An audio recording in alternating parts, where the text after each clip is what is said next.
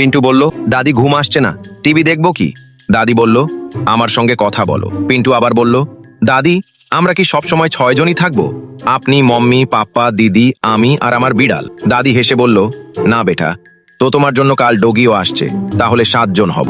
পিন্টু একটু চালাকি দেখিয়ে বলল, দাদি ডগি তো বিড়ালটাকে খেয়ে ফেলবে, তাহলে আবার 6 জনই থাকবে। দাদি বলল, বেটা তোমার বিয়ে হয়ে গেলে তখন 7 জন হব।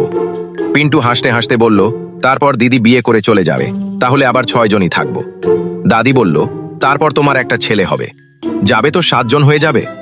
পিন্টু যা বলল শুনে দাদির হাতে কাজটা ছাড়িয়ে গেল। কিন্তু তা শোনার আগে যদি তোমরা পরের 3 সেকেন্ডে ভিডিওটা লাইক দাও আর চ্যানেলটা সাবস্ক্রাইব করো, তাহলে পরের 3 দিনে তোমরা কারো কাছ থেকে টাকা পাবে। 3, 2, 1, গো। পিন্টু দাদিকে বলল, আমার ছেলে হলে ততক্ষণে তুমি মারা যাবে, আবার 6 জন হয়ে যাবে। দাদি রেগে বলল, কুত্তা যা টিভি দেখো তো।